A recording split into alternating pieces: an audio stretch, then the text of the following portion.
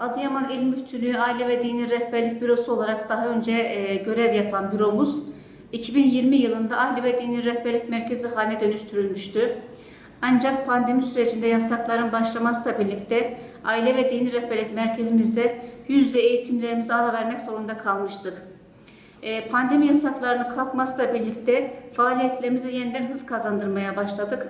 Allah nasip ederse yeni dönemde Aile ve Dini Rehberlik Merkezimizde 20 kişilik grubumuzla evlilik seminerlerimizi inşallah başlatacağız.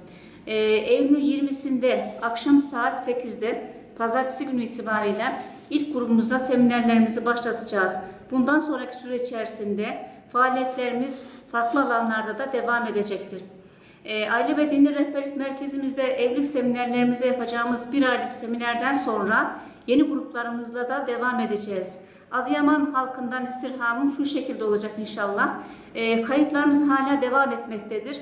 Elimizden geldiği kadar özellikle nişanlı çiftlerimiz, yeni evli çiftlerimize bu seminerlere katılmalarını tavsiye ediyorum. Bu seminerlerin çok verimli olacağını düşünüyorum ve sonucunda dönütlerinde olumlu olacağını tahmin ediyoruz. O yüzden Adıyaman halkımızdan istirhamım bu seminerlere özel bir ilgi ve alaka göstermelerini arzu ediyoruz. İnşallah Rabbim bizi çalışmalarımızda muvaffak eyler, sonuçları, dönüşleri güzel olur temennisiyle teşekkür ediyorum.